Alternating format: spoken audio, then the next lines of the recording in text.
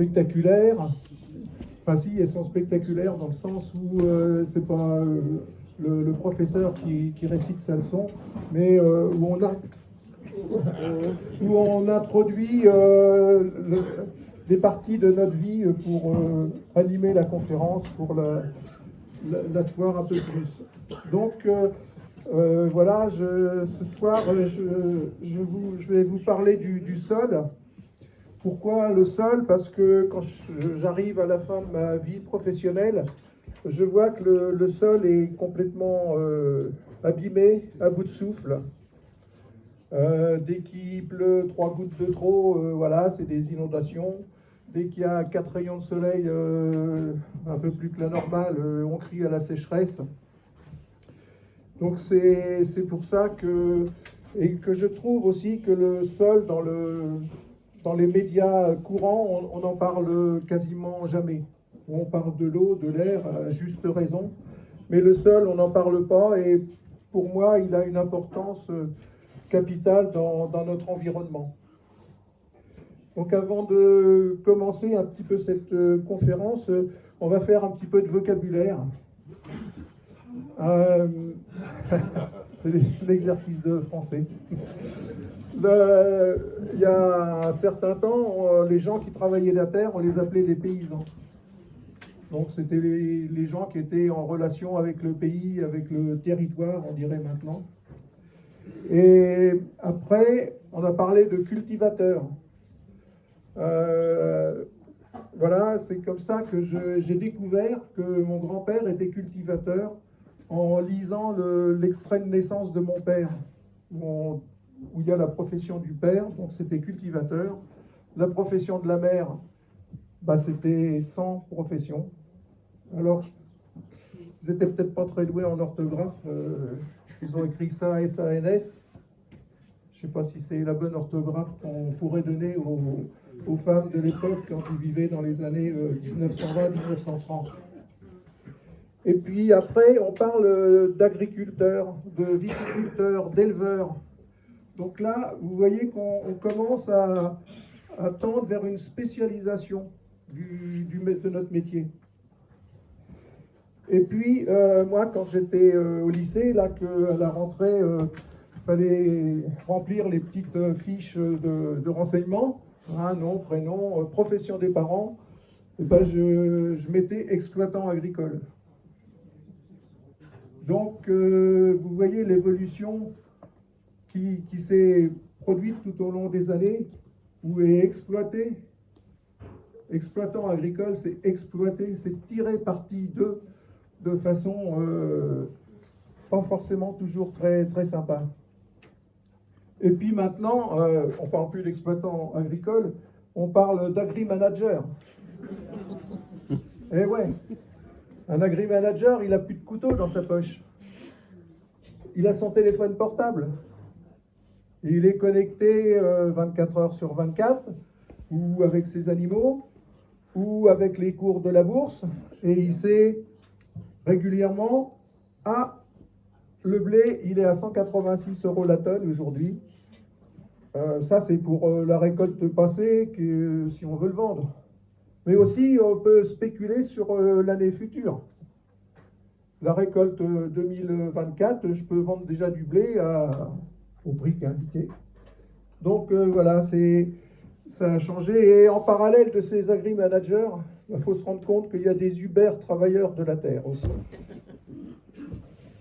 Voilà, donc maintenant, je vais vous parler un petit peu pour bien comprendre quand même ce qui se passe en agriculture, je vais vous parler un petit peu d'histoire de l'agriculture et notre histoire en Europe, et en Europe principalement. En fait, l'agriculture est née dans le croissant fertile en Mésopotamie. Et là, où on a commencé à travailler le sol avec une arère, enfin quelque chose d'assez succinct. Et au fur et à mesure de l'époque, on a perfectionné un petit peu les outils. Et la caractéristique un petit peu de notre métier, c'est le labour. Enfin, le labour prenait une place centrale dans l'agriculture européenne. Et au niveau du labour, ça vous fait penser à quel autre mot proche de labour? Labeur. Labeur, voilà. Et le labeur, ça vous fait penser à quel autre mot?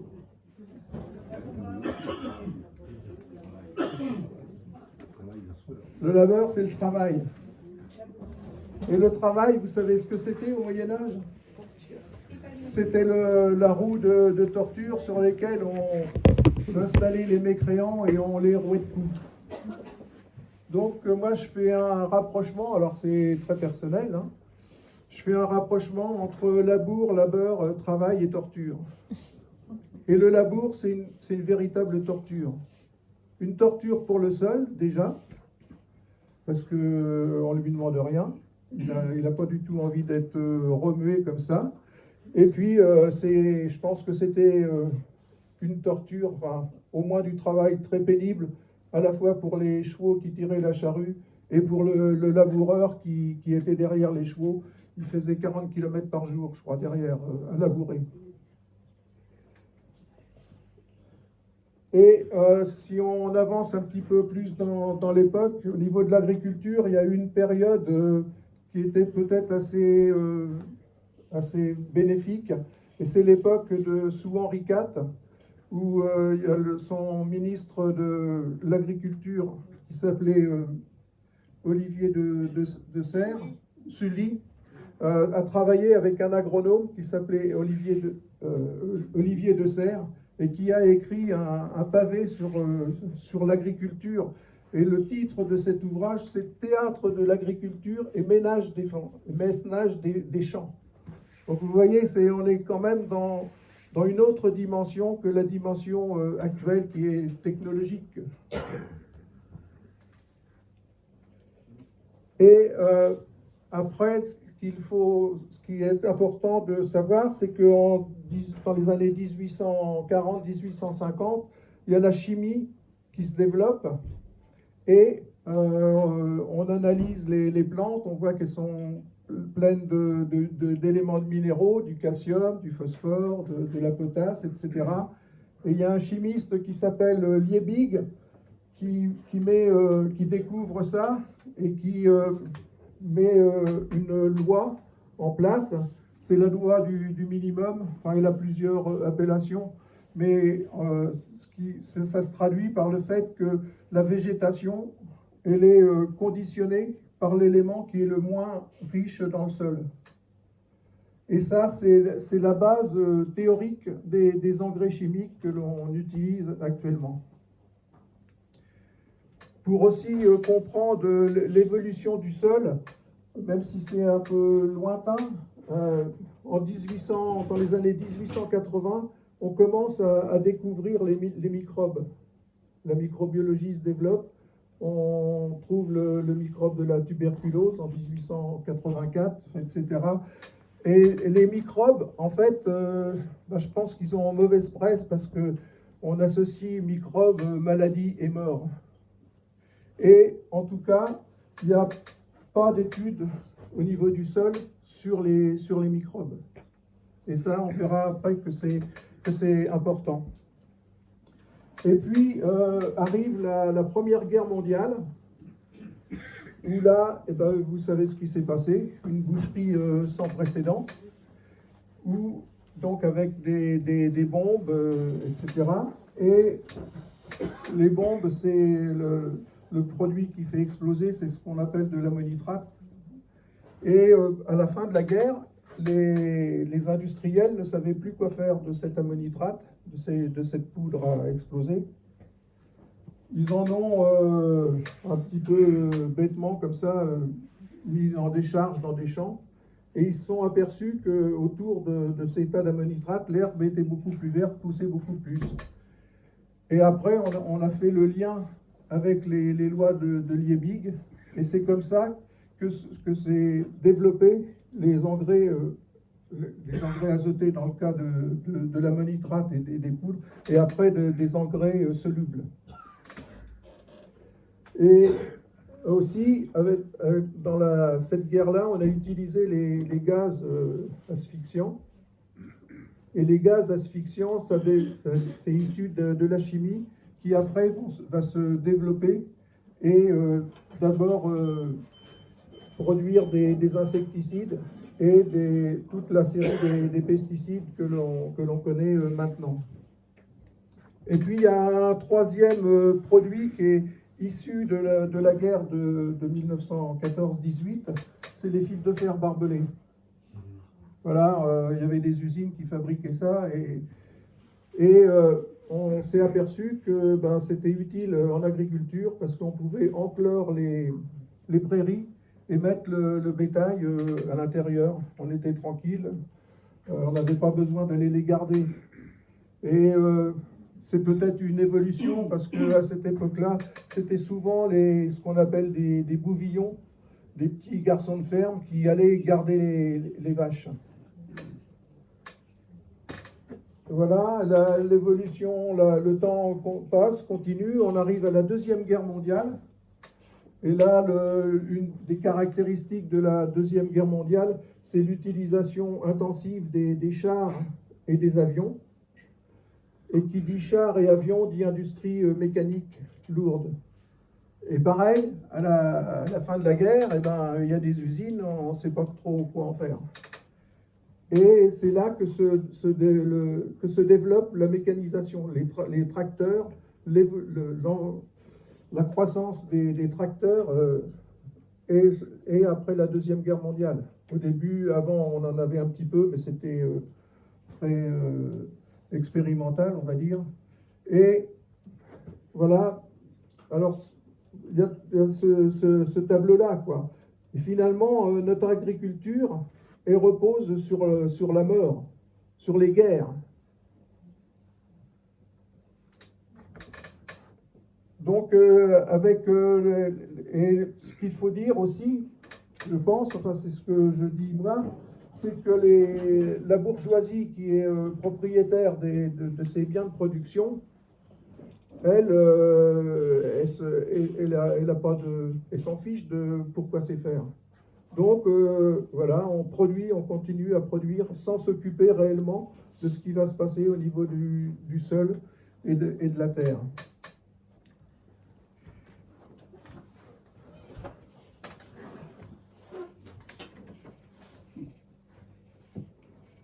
Voilà. Alors, donc on se retrouve à la fin de la Deuxième Guerre mondiale où il y a une pénurie alimentaire importante. Mais il y a tous les facteurs de production pour augmenter cette nourriture est en place. Je veux dire les engrais, les pesticides et la mécanisation.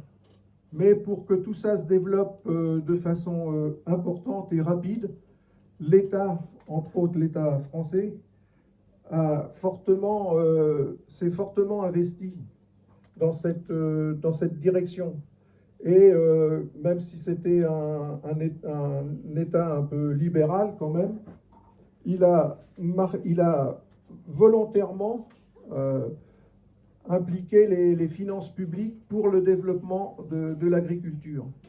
Et il a fait ça au travers de lois, c'est les lois Pisani dans les années 1960-62, les lois qui ont restructuré le paysage agricole en favorisant le remembrement et les SAFER. Le remembrement, pourquoi? Parce que avec les tracteurs qui étaient là, c'était inconcevable de travailler dans des petits champs. Et un deuxième, ils ont aussi porté l'accent sur la recherche agronomique qui s'est principalement développée à partir des années 1960. Et le troisième pilier pour cette révolution verte, c'est l'enseignement. L'État a mis en place un enseignement agricole bien spécifique et dans chaque département, il y avait un lycée agricole.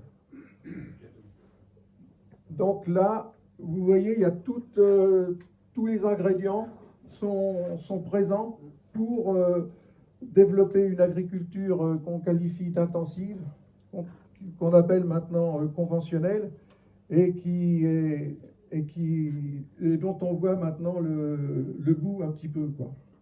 Par le danger des pesticides, par l'eau qui est polluée, etc. Bon, vous connaissez tout ça.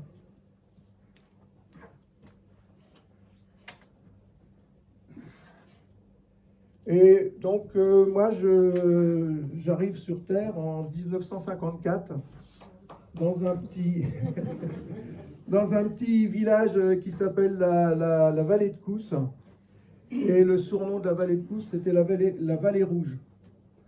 Parce que c'était des paysans qui étaient un petit peu à gauche quand même. Et c'est pour ça qu'au niveau code postal, c'est la rue Jean Jaurès maintenant. Alors c'est sur la commune de Vernoux-sur-Brenne, donc c'est au nord-est de Tours, dans l'aire d'appellation Vouvray. Et je vais vous raconter une petite anecdote sur mon prénom. Voilà, je me prénomme Vincent, mais comme à cette époque-là, les accouchements se faisaient à la maison, le docteur qui a accouché ma mère a demandé assez logiquement comment vous l'appelez. Et ils ont dit Jean-Claude, parce que mon père s'appelle Claude. Bon. Et il a dit, oh bah non, c'est complètement ridicule, appelez-le Vincent. Et voilà. Alors, j'ai pas vraiment cherché pourquoi Vincent, mais bon, j'ai des doutes. Comme c'était une famille de vignerons, Vincent, c'est le patron des vignerons. Et peu de temps après, peu de temps avant, il y avait eu la présidence de Vincent Auriol, qui était un peu à gauche. Bon, voilà. Bref, je grandis dans une famille complètement traditionnelle, où on était enfants, parents, grands-parents, arrière-grands-parents quand il en existait encore, tout ça sous le même toit. Et le souvenir que j'ai de cette époque, c'est ma grand-mère, mon arrière-grand-mère, qui tricotait des chaussettes. Et vous savez comment on tricote des chaussettes? Oui. Voilà, avec 5 aiguilles. 4 aiguilles qui tiennent la laine et la 5e qui tricote, quoi. Et ça a occupé à la fin de sa vie ses journées. Et puis, pour vous donner une idée de la vie à cette époque-là, on n'avait pas des jouets très miraculeux. Voilà. Et un des jouets qui m'a énormément marqué, voilà, c'est ça. Et ça, vous savez ce que c'est?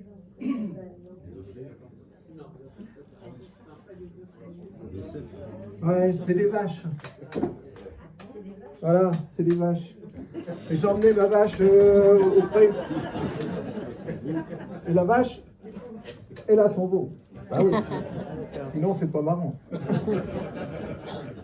Voilà. Et ça, c'est ma grand-mère qui m'a appris à jouer avec ces pierres. Et les pierres, c'est peut-être le premier contact que j'ai eu avec le sol, finalement. Parce que ce qui était intéressant, c'est d'aller piocher, gratter dans le tuffeau qui était à côté de la maison, pour trouver des pierres, parce que ces pierres, elles sont particulières, elles ont un trou pour passer la corde. Et voilà à quoi on s'occupe quand on est gamin à la campagne.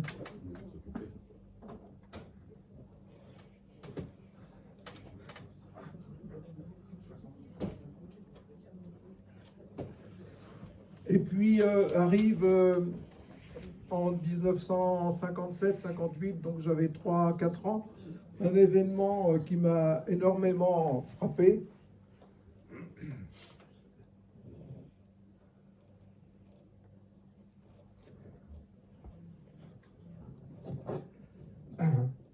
C'est le départ des chevaux pour la boucherie. Mon père a vendu 2 chevaux pour acheter un tracteur. Et ça, je m'en rappelle, parce que ça a été un moment vraiment solennel. Je revois encore la bétaillère dans la cour, avec toute la famille qui était présente. pour dire adieu aux chevaux. Et donc, il y a un tracteur qui arrive. Et pour moi, c'est la bascule sur laquelle on ne reviendra pratiquement plus jamais, qu'on ne reviendra jamais en arrière. C'est la bascule vers l'industrialisation de l'agriculture. On sort complètement du monde paysan avec un lien très fort à la terre et on passe à l'industrialisation de l'agriculture. L'agriculture où il faut toujours produire plus, enfin bon, dont vous connaissez maintenant la couleur et le visage.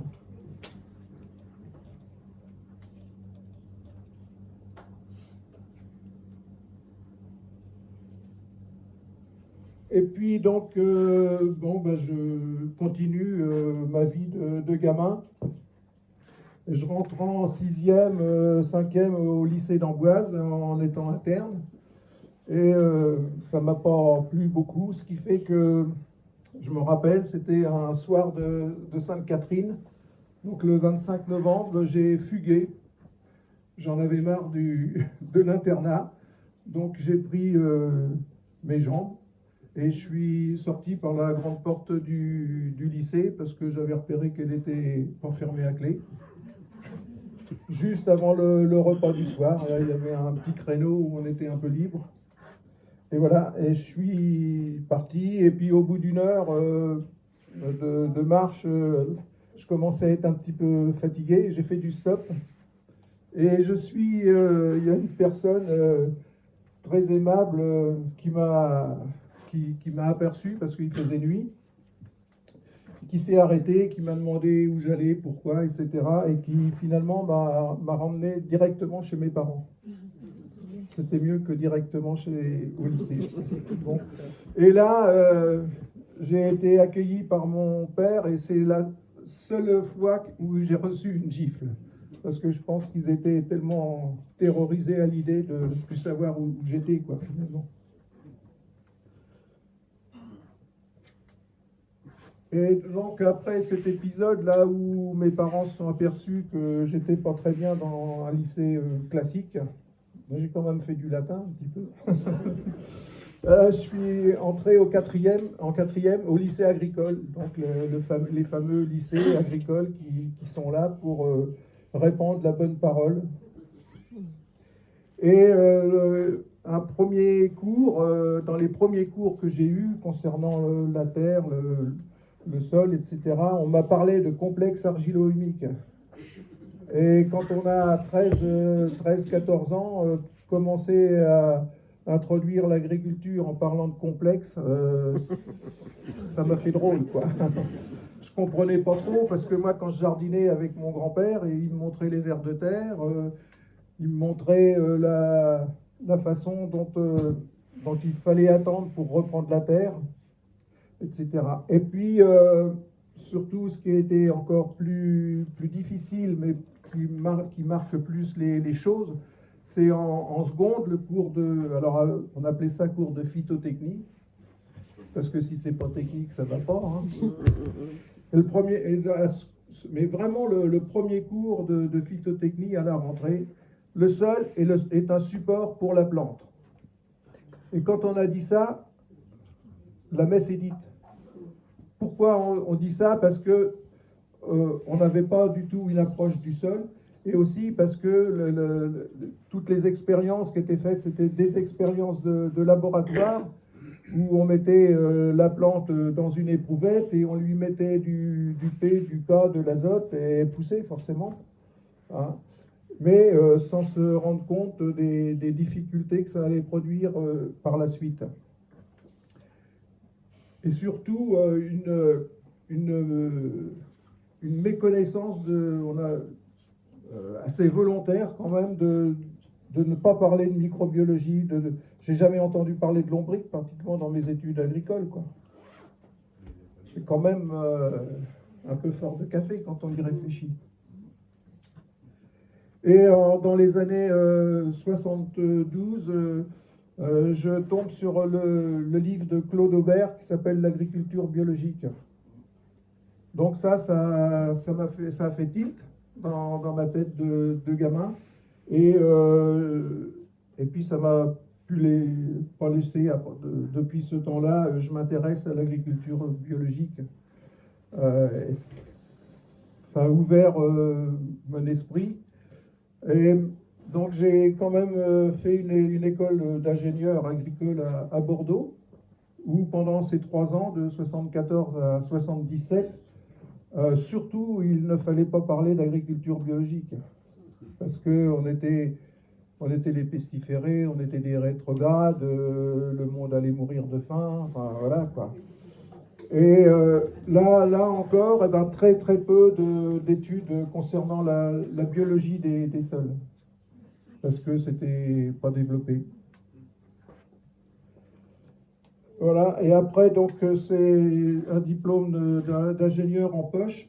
Comme j'étais intéressé par l'agriculture biologique, et je suis allé faire un stage d'1 an dans une ferme en biodynamie dans le Cher, pour voir comment ça fonctionnait dans une ferme comme ça. Et au bout d'1 an, je suis revenu sur la ferme familiale, et j'ai pris une partie des terres de mon père et je me suis installé. Et les terres sur ce plateau de Touraine, c'est essentiellement ce qu'on appelle des limons hydromorphes, donc des terres qui retiennent l'eau, et aussi qui étaient mal conduites parce que les gens ne connaissaient pas, parce que les gens n'avaient pas assez d'argent pour acheter les bons amendements. Bref, avec des terres qui sont appauvries déjà, quoi. Surtout que depuis la mécanisation, depuis les années 60, on laboure de plus en plus profond. Et pour mettre en application l'agriculture biologique, parce que l'agriculture biologique, à terme, c'est une agriculture qui devrait être, où les terres devraient être auto-fertiles, où normalement on ne devrait plus avoir de traitement à effectuer. Bon, ça c'est un idéal, mais il faut toujours avoir un idéal si on veut progresser. Et pour arriver à mettre les terres en bon état, j'ai constitué un cheptel. Voilà, pour qu'il y ait toujours un équilibre entre les céréales qui pouvaient être produites et les prairies. Les prairies qui finalement améliorent les terres, et après, quand les terres sont un peu enrichies, on peut cultiver des céréales.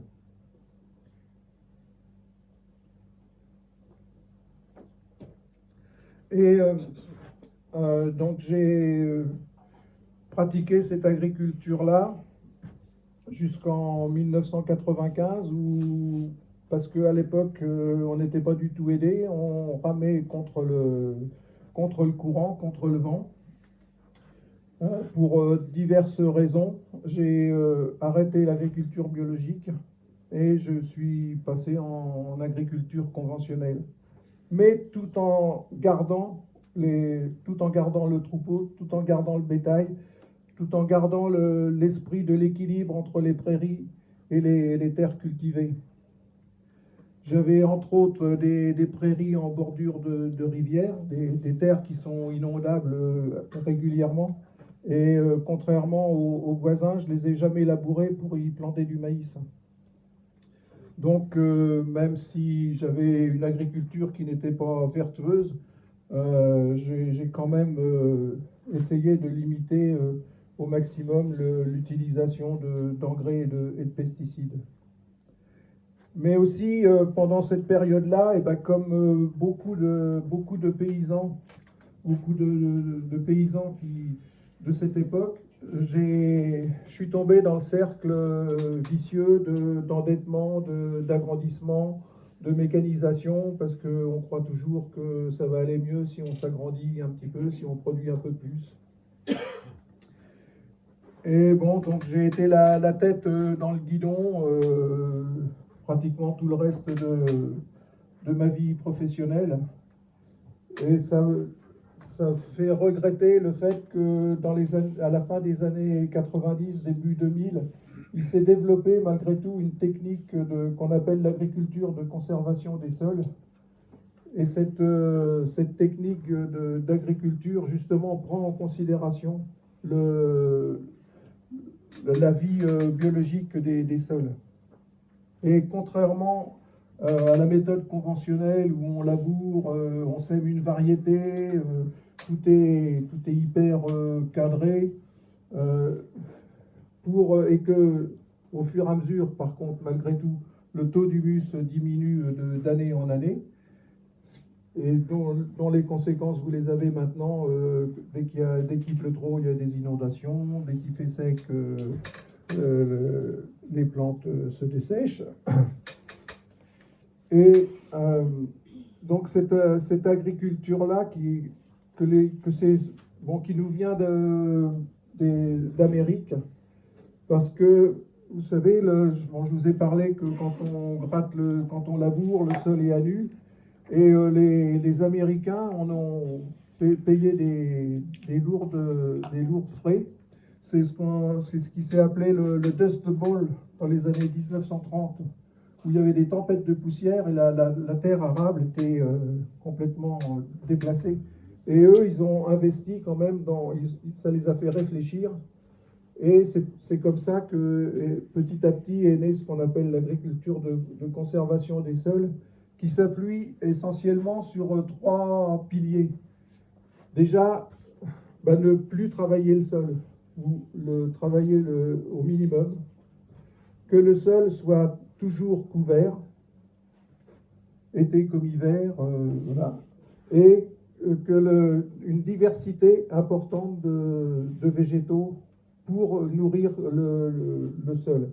Parce que quand on dit nourrir le sol, en fait, on va le voir, c'est nourrir tout un tas d'individus. Et pour ça, maintenant, je vais vous parler un petit peu plus du sol, de façon peut-être un petit peu scolaire, mais je pense qu'après, on aura le temps d'avoir des questions et puis que vous me poserez. Et c'est pareil, avant de parler du sol, je vais vous poser une question, je vais vous faire travailler un petit peu. La photosynthèse, c'est quoi?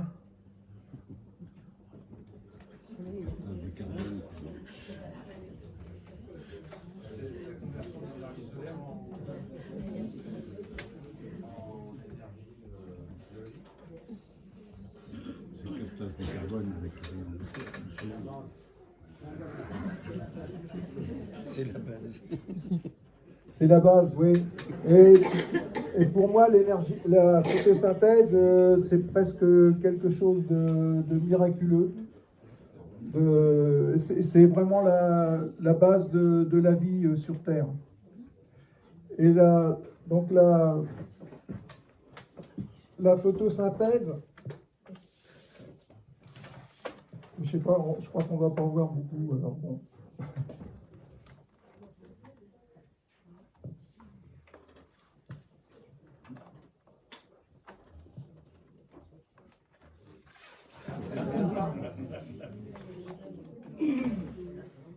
Si, ça va finir. Donc la plante absorbe de l'eau par ses racines, essentiellement, et aussi absorbe du gaz carbonique. Et c'est grâce à l'énergie du soleil, grâce aux photons qui tombent sur la feuille, qu'il y a une réaction chimique entre l'eau et le gaz carbonique, et ça produit du sucre. Voilà. Et ces molécules de sucre, quand elles se multiplient, quand elles s'agrègent, on obtient de la cellulose, c'est l'herbe, tout simplement. Et quand cette cellulose se complexifie encore davantage, eh bien, on obtient de la lignine. Et la lignine, les arbres sont constitués de lignine, c'est ce qui fait tenir un arbre debout. Et pourquoi c'est fondamental la photosynthèse? Parce que sur ces molécules de sucre viennent s'ajouter des molécules d'azote, de phosphore et de soufre et on obtient les protéines. Et voilà comment est constitué les plantes et aussi les animaux qui mangent ces plantes. Et on n'a pas conscience quand même de l'énergie qui a été emmagasinée par la photosynthèse.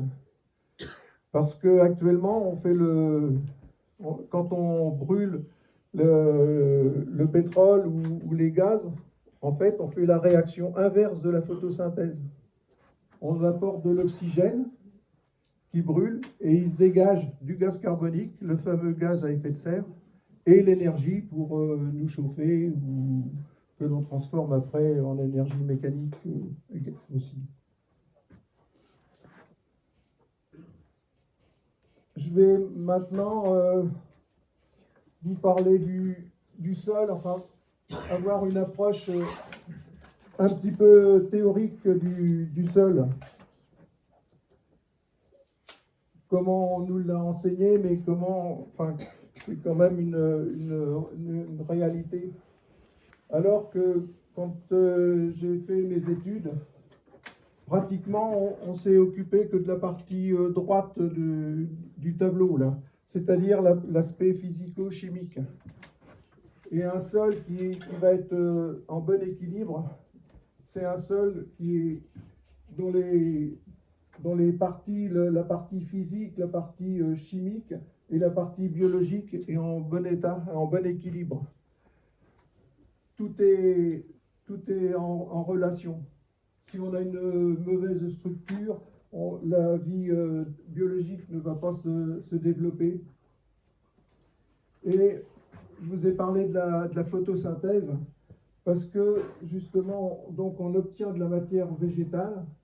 Et la matière végétale, avec la vie biologique qu'il y a dans le sol, les champignons, les mycorhizes, les lombriques, les bactéries, elle va se décomposer. Et quand elle va rencontrer des éléments physiques du sol comme l'argile ou les limons, c'est là qu'on a notre fameux complexe argilo-humique. Et ce complexe argilo-humique, il retient les éléments minéraux.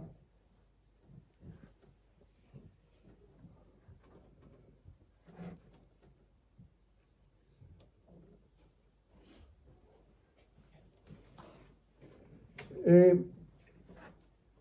alors bon, donc pour vous montrer l'importance de l'humus, je vous ai fait une petite expérience. Là, je ne sais pas si vous voyez. C'est deux terres que j'ai pris à 30-40 mètres de distance. Donc c'est des terres au niveau physique qui ont la même nature. Sauf que dans une terre, celle-ci, là, celle qui est à votre droite, c'est une terre qui est conduite en traditionnel, donc labour, engrais, labour, engrais, labour, engrais. Et ça, c'est une terre qui, depuis 20 ans, est conduite en prairie. Donc pas de retournement de terre et une vie biologique importante. Et c'est le taux d'humus qui est beaucoup plus important dans cette terre-là, qui la fait retenir, et vous voyez qu'elle ne se désagrège pas comme l'autre dans l'eau. Donc cette terre-là, elle va à la fois mieux absorber l'eau de pluie, et aussi être plus résiliente quand il y a de la sécheresse. Et ce qu'il faut retenir dans cette histoire, c'est la triade sol, plante, climat. Il faut vraiment voir ça comme un ensemble. C'est pour ça que de parler que du climat sans parler du sol, moi ça me chagrine. Mais pour arriver à retrouver la fertilité du sol, à lui retrouver un taux d'humus, ça ne se fait pas du jour au lendemain. Et c'est pour ça que maintenant, si on n'a pas un pouvoir politique fort qui prend conscience de ça, jamais on arrivera à s'en sortir. Parce que comme de la même manière, après la Deuxième Guerre mondiale, il a vu le problème et il s'est dit faut mettre le paquet pour qu'on sorte de la pénurie alimentaire. Là, pourquoi les gouvernements, maintenant qui voient les méfaits de l'agriculture conventionnelle, ne se posent pas la question pour dire on met le paquet pour retrouver une bonne fertilité. Et c'est aussi la raison, une des raisons aussi pour que ce mouvement d'agroécologie prenne réellement force, et il faut aussi qu'on dégage l'agriculture des marchés internationaux, du libre-échange. Parce que jamais on pourra aider les agriculteurs si on reste encore dans ce cadre de politique.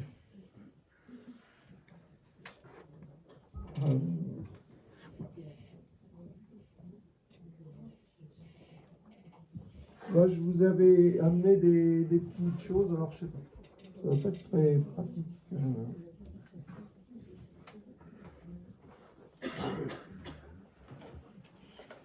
Bon, ça c'est un poireau, vous avez reconnu.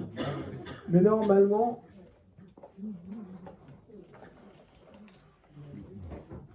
à l'intérieur de cette motte de terre, quand je l'ai pris, il y avait un lombric, mais il s'est carapaté. Il s'est caché, le malin. Ben, je vous ai amené ça pour vous montrer que là, il y avait des lombrics. C'est pour revenir au rapport plante et ce cycle de vie. Parce qu'en même temps que la plante, là, par la photosynthèse qui se fait sur la feuille, elle va rediffuser de l'énergie dans les racines. Et le ver de terre va venir au contact des racines pour prendre de l'énergie, entre autres. Je vous ai parlé aussi des bactéries.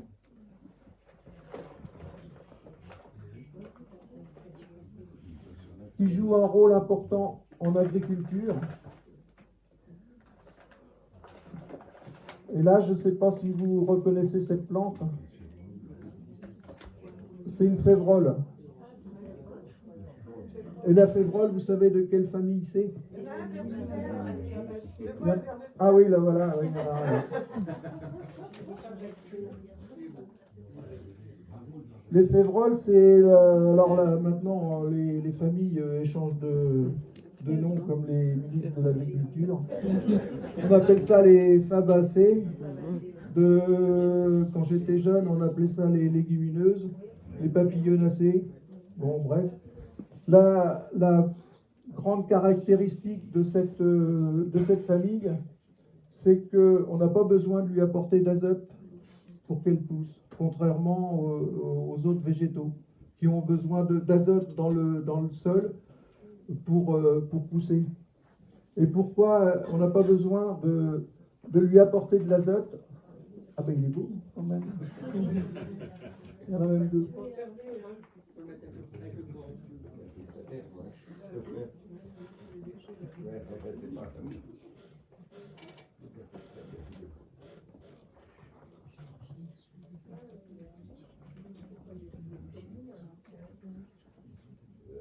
Bon, alors c'est pas...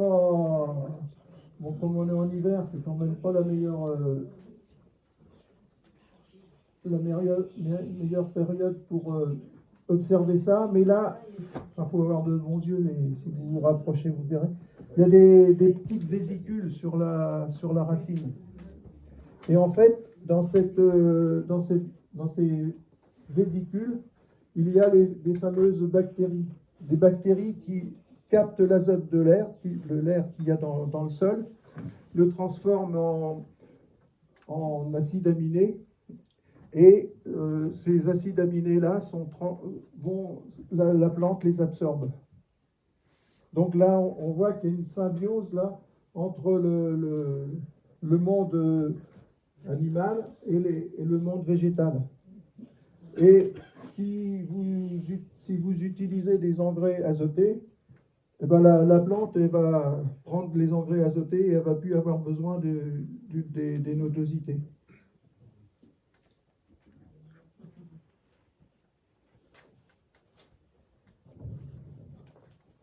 Après, je peux vous parler un petit peu des vers de terre parce que c'est quand même important dans notre agriculture. Et c'est quand même un petit peu le symbole de la fertilité, de la fertilité du sol, c'est un révélateur de la fertilité du sol. Plus vous avez de vers de terre, plus vous êtes sûr qu'il y a une vie biologique importante, et plus vous aurez de chances d'aller vers l'autofertilité. Et en fait, un ver de terre, c'est pas différent, peu différent d'une vache. Vous savez pourquoi? Pas tout, oui. Ouais, la vache a plusieurs estomacs. Alors le ver de terre, à ce niveau-là, il est plutôt côté oiseau, il a un gésier en fait, où il absorbe des grains de sable, d'argile, mais aussi, comme les vaches et les vers de terre, et même nous, l'intérieur de l'intestin est riche en bactéries. Le fameux microbiote maintenant. Voilà. Et en fait, c'est les bactéries parce que vous savez, le ver de terre, il monte en surface, il prend une feuille morte, puis il l'amène dans sa galerie.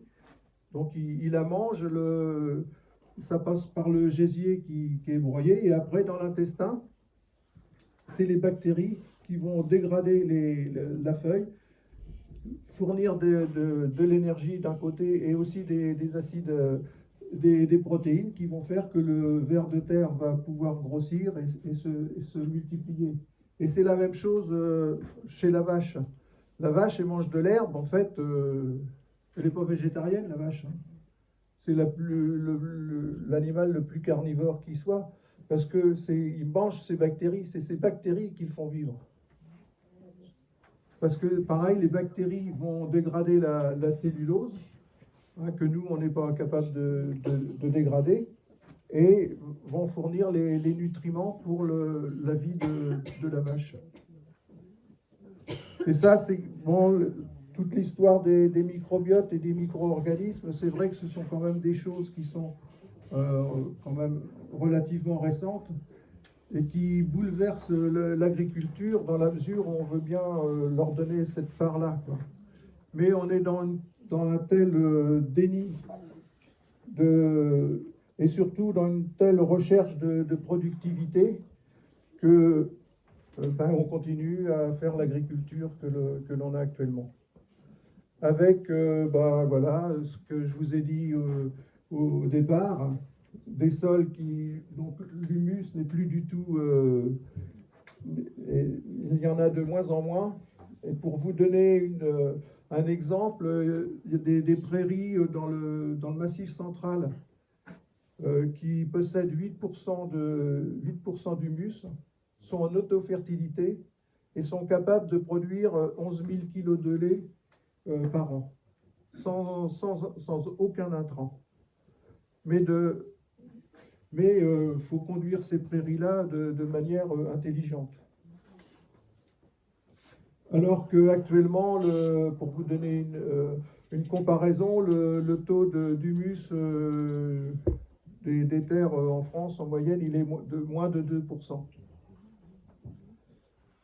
Et comme vous voyez que l'humus joue sur la qualité physique des sols, c'est pour ça qu'on a des inondations terribles dès qu'il pleut un peu trop, parce que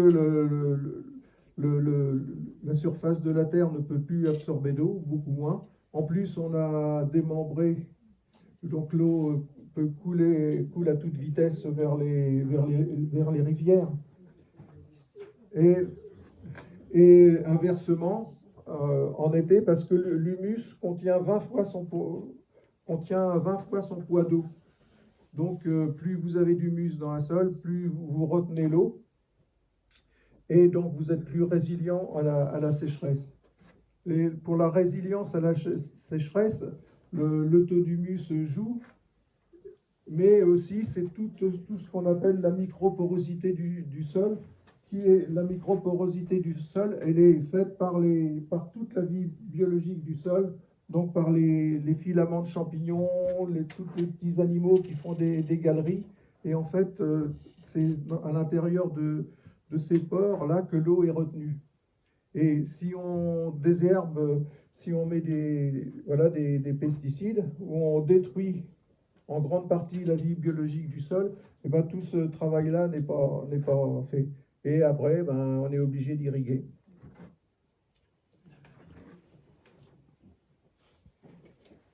Voilà, j'ai presque terminé. Enfin, voilà, pour ce qui me tient à cœur de vous faire passer comme message, c'est que on peut aller vers une autre agriculture, une agriculture qui serait réellement nourricière, une agriculture où on pourrait se passer de pesticides, d'engrais, mais à une condition, c'est quand même que les États prennent en charge, prennent conscience déjà de ça, et fassent le nécessaire pour promouvoir une agriculture comme ça. C'est ce qui a été fait après la Deuxième Guerre mondiale et que moi j'attends avec impatience, mais c'est pas sûr que je vois le jour.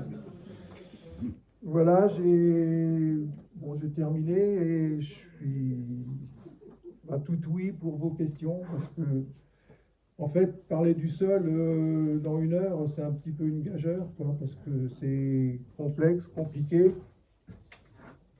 Mais bon, voilà, j'ai tenté le coup.